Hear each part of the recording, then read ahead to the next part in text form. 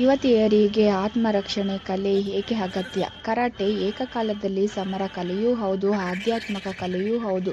ದೈಹಿಕವಾಗಿ ಕರಾಟೆಗೆ ನಮ್ಮನ್ನು ಒಪ್ಪಿಸಿಕೊಂಡರೆ ಅದು ನಮ್ಮನ್ನು ಕೇವಲ ದೈಹಿಕವಾಗಿ ಮಾತ್ರವಲ್ಲ, ಮಾನಸಿಕವಾಗಿಯೂ ಸದೃಢಗೊಳ್ಳುತ್ತಾ ಹೋಗುತ್ತದೆ. ತನ್ಮಯತೆಯಿಂದ ಕರಾಟೆಯನ್ನು ಕಲಿತದ್ದೇ ಆದರೆ ಇಡೀ ಜೀವಮಾನದಲ್ಲಿ ಅದರ ಪ್ರಯೋಗ ಮಾಡುವ ಸಂದರ್ಭವೇ ನಮಗೆ ಸಿಗದೆ ಹೋಗಬಹುದು. ಆದರೆ ನಮ್ಮ ಅಂತಃಪ್ರಜ್ಞೆ, ಎಚ್ಚರದ ಸ್ಥಿತಿ ಮತ್ತು ಜಾಗೃತೆಯ ಮನೋಭಾವ ಯಾವ ಮಟ್ಟಕ್ಕೆ ತೀಕ್ಷ್ಣವಾಗಿ ಹದಗೊಳ್ಳುತ್ತದೆ ಎಂದರೆ ನಮ್ಮ ಜತೆ ಯಾರಿಗೆ ಹುಡುಗಾಟ ಆಡಲು ಧೈರ್ಯ ಬರುವುದಿಲ್ಲ. ನನ್ನ ವಯಸ್ಸಿನ ಯುವತಿಯರಿಗೆ ಸಾರ್ವಜನಿಕವಾಗಿ ಎಂಥದ್ದೇ ಕೆಟ್ಟ ಪರಿಸ್ಥಿತಿ ಎದುರಾದರೂ ಅದನ್ನು ನಿಭಾಯಿಸುವ, ನಿರ್ವಹಿಸುವ, ನಿಯಂತ್ರಿಸುವ ಮನೋಸ್ಥೈರ್ಯ ನಮಗೆ ಗೊತ್ತಿಲ್ಲದಂತೆ ನಮ್ಮೊಳಗಿನಿಂದ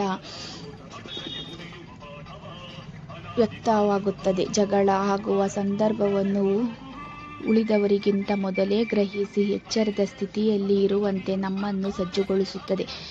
ಇದನ್ನು ನಾನು ಸ್ವಾನುಭವದಿಂದ ಅರಿತಿದ್ದೇನೆ. ಕರಾಟೆ ಕಲಿಯದ ಯುವತಿಯರಿಗೂ ಕಲಿಯದೇ ಇರುವವರಿಗೂ ನಡುವಿನ ಮಾನಸಿಕ ಸ್ಥೈರ್ಯ ಪ್ರಮಾಣದಲ್ಲಿ ಬಹಳ ವ್ಯತ್ಯಾಸವಿರುತ್ತದೆ. ನಾವು ನಮ್ಮ ದೇಹವನ್ನು ಹದಗೊಳಿಸುತ್ತಲೇ ನಮ್ಮ ಮನೋಭಾವವನ್ನು ಹೆಚ್ಚಿಸಿಕೊಳ್ಳುತ್ತಿರುತ್ತೀವಿ. ಇದನ್ನೇ ಪ್ರತಿ ಯುವತಿಯರಿಗೂ ರೂಢಿಸಿಕೊಳ್ಳಬೇಕು. ಈಗಂತೂ ಬಸ್ಸುಗಳಲ್ಲಿ, ರೈಲು ಮುಂತಾದ ಕಡೆ ಪ್ರಯಾಣ ಮಾಡುವಾಗ, ಸಾರ್ವಜನಿಕ ಸ್ಥಳಗಳಲ್ಲಿ ಅನಿರೀಕ್ಷಿತವಾಗಿ ಎದುರಾಗುವ ಕೆಟ್ಟ ಸಂದರ್ಭಗಳನ್ನು ಪರಿಣಾಮಕಾರಿಯಾಗಿ ಎದುರಿಸಬಹುದು. ನಾವೇ ಒಂದು ವೆಪನ್ ರೀತಿ ಹದಗೊಂಡರೆ ನಮಗೆ ಹೊರಗಿನ ವೆಪನ್ ಅಗತ್ಯವಿರುವುದಿಲ್ಲ.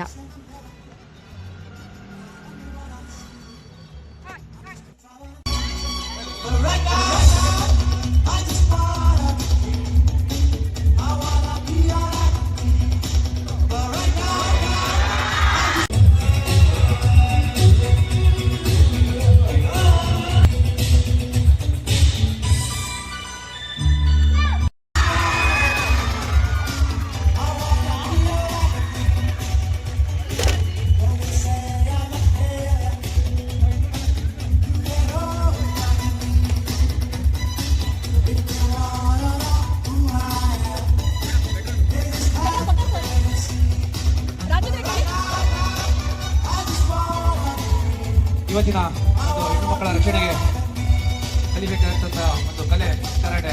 ಸದೃಢ ದೇಹ, ಸದೃಢ ಮನಸ್ಸು, ಹಾಗೆ ಸದೃಢ ದೇಶನ ಕಟ್ಟಬೇಕು ಅಂದರೆ ಪ್ರತಿಯೊಬ್ಬರು ಕೂಡ ಕರಾಟೆ ಕೆಲಸ ಮಾಡಬೇಕು. ಹಾಗೆಯೇ ಕೋಪ್ಲ ಒಂದು ಕಾಲೇಜಿನ ವಿದ್ಯಾರ್ಥಿ ಬ್ಲಾಕ್ ಬೆಲ್ಟ್ ಪದವಿಯನ್ನು ಪಡೆದು ಒಂದು ಕರಾಟೆ ತರಬೇತಿಯನ್ನು ತೋರಿಸಿಕೊಂಡು ಕಲಿತಿದ್ದಾರೆ.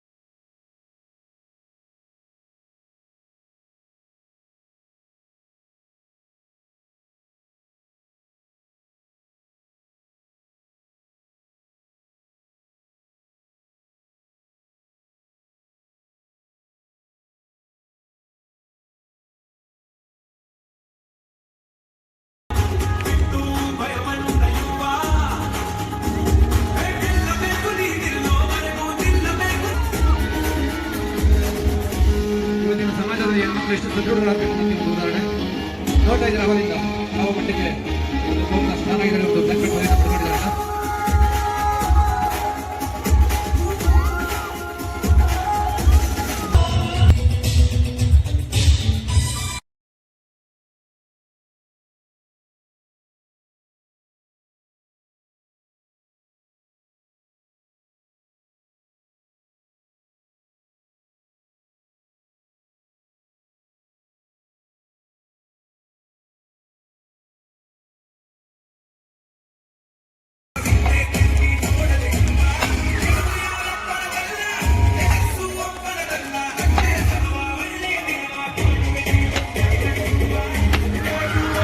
ಈಗಿನ ಗಲಾಟೆಯಲ್ಲಿ ಯಾವಾಗ ಜಾಸ್ತಿ ಹೀಗೆ ಹೊಡಿತಕ್ಕಂಥ ಬರ್ತಕ್ಕಂಥದ್ದು, ಹೊಡೆಯಕ್ಕೆ ಬಂದ್ರೆ ಯಾವ ಬ್ಲಾಕ್ ಮಾಡ್ಕೋಬೇಕು, ಹೇಗೆ ಬ್ಲಾಕ್ ಮಾಡ್ಕೋಬೇಕು, ಮತ್ತೆ ನಮ್ಮ ಕಾಲು ಎಲ್ಲಿ ಹೋಗ್ಬೇಕು, ಹೇಗೆ ಬಿಡಬೇಕು. ಹಾಗೇನೆ ಇವತ್ತಿನ ಮಕ್ಕಳಿಗೆ ಬಟ್ಟೆ ತುಂಬಾ ಇಂಪಾರ್ಟೆಂಟ್. ಒಳಪಟ್ಟಿ ಇಟ್ಕೊಂಡ್ರೆ ಯಾವ ಮಟ್ಟಿಗೆ ನಮ್ಗೆ ಹೊಡಿತಕ್ಕಂಥ ದೊಡ್ಡದಲ್ಲ, ಆದ್ರೆ ನಮ್ಮ ಬಟ್ಟೆನ ಹೇಗೆ ರಕ್ಷಣೆ ಮಾಡ್ಕೋಬೇಕು ಅಂತ ವ್ಯಕ್ತಿಗಳು.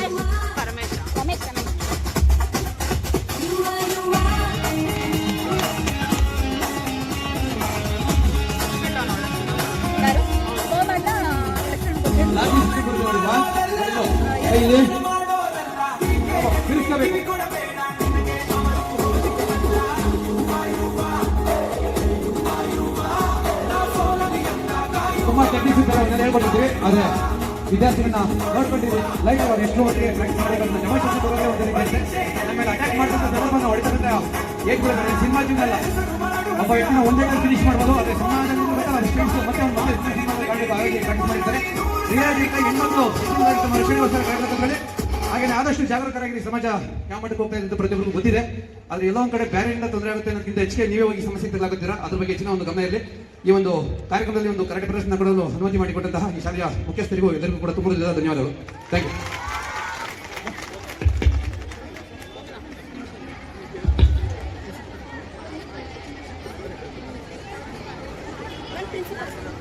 ಕರಾಟೆ ಶೋ ಕೊಡ್ತೀನಿ ಅಂತ ಕೋಮಲ ಬಂದು ರಿಕ್ವೆಸ್ಟ್ ಮಾಡಿದಾಗ ನನಗೆ ಭಯ ಇತ್ತು. ಫಸ್ಟ್ ಅವಳು ಹೇಳಿದ್ದು ಬರೀ 8 ಜನ ಹೊಡಿತೀನಿ ಮ್ಯಾಮ್ ಕರಾಟೆ ಶೋ ಅಂತ ಹೇಳಿದ್ಲು. ಸರಿ ಅಂತ ಧೈರ್ಯ ಮಾಡಿ ಪರ್ಮಿಷನ್ ಕೊಟ್ವಿ. ಆಮೇಲೆ ನೋಡಿದ್ರೆ ಈ ಕಲ್ಲೆಲ್ಲ ಹೊಡ್ಸ್ಕೊಳ್ತೀನಿ ಅಂದ್ರು. ದಯವಿಟ್ಟು ಬೇಡಪ್ಪ ರಿಸ್ಕಿ ಅದು ಅಂತ ನನಗೆ ಭಯ ಆಯ್ತು. ಪ್ರಿನ್ಸಿಪಲ್ಸ್ ಬೇಡ ಅಂದ್ರು. ಆದ್ರೂ ಧೈರ್ಯ ಮಾಡಿ ಅವಳೇ ಟ್ರೈ ಮಾಡಿದ್ದಾಳೆ. ಅವಳು ನಿಜವಾಗ್ಲೂ power of youth song really worth. Komala and ಆಕೃತಿ ಅವ್ರಿಗೆ ಎನ್ಕರೇಜ್ ಮಾಡಿದಂತ ಕರಾಟೆ ಗುರುಗಳಾದ ರಮೇಶ್ ಸರ್ ಅವರಿಗೆ ಮತ್ತು ಅವ್ರ ತಂಡದವರಿಗೆ ಕಾಲೇಜಿನ ಪರವಾಗಿ ಅಭಿನಂದನೆ ಸಲ್ಲಿಸ್ತಾ ಇದ್ದೀನಿ. ಬನ್ನಿ ಬನ್ನಿ ಸರ್. ಚಂದ್ರಶೇಖರ್ ಸರ್.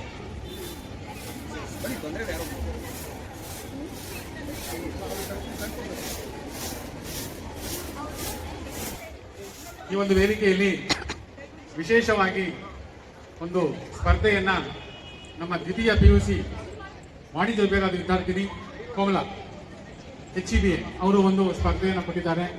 ಅವ್ರು ಮಾಡ್ತಾ ಇರ್ಬೇಕಾದ್ರೆ ನಮ್ಮ ಆಡಿಯನ್ಸ್ ಎಲ್ಲ ಬಾಯಿ ಮುಚ್ಕೊಂಡ್ರು, ಅಯ್ಯೋ ಅಯ್ಯೋ ಏಟಾಗಲ್ವಾ ಅಂತ. ಹಂಗ ನಾನು ಆಯುಷ ಮೇಡಮ್ ಹೇಳಿ ಹೋಗಿ ಹೊಡ್ಸ್ಕೊಳ್ಳಿ ಮೇಡಮ್ ಗೊತ್ತಾಗುತ್ತೆ. ಅದು ಒಂದು ಪ್ರತಿಭೆ, ಅದೊಂದು ಕಲೆ, ಅದು ಒಂದು ಸ್ಕಿಲ್. ಹಾಗೂ ಅವ್ರ ಅಮ್ಮ ಹೇಳಿದ್ರು, ಮೇಡಮ್ ಕಲ್ಲು ಗಿಲ್ಲು ಎಲ್ಲ ಹೊಡೆಯೋದು ಬೇಡ ಮೇಡಮ್, ಆಮೇಲೆ ತುಂಬ ಹೆಚ್ಚು ಕಡಿಮೆ ಆದರೆ ಕಷ್ಟ ಆಗುತ್ತೆ ಕಾಲೇಜ್ಗೆ ಅಂತಂದ. ಆಗಿಲ್ಲ ಸರ್ ನಾನು ಲೆಟರ್ ಬರ್ಕೊಡ್ತೀವಿ ಅಂತಂದ್ರು.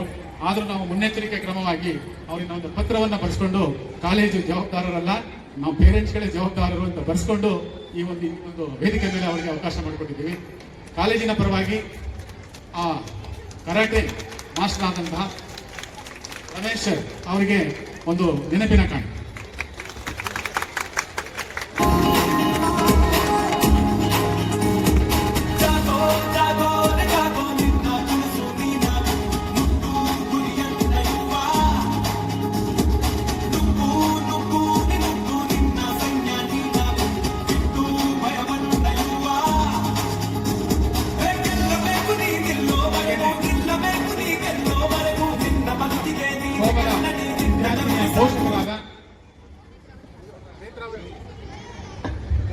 ನೇತ್ರಾವತಿ ಅವರಿಗೂ ಕೂಡ ಒಂದು ನೆನಪಿನ ಕಾಣಿಕೆಯನ್ನು ಕೊಡಿ.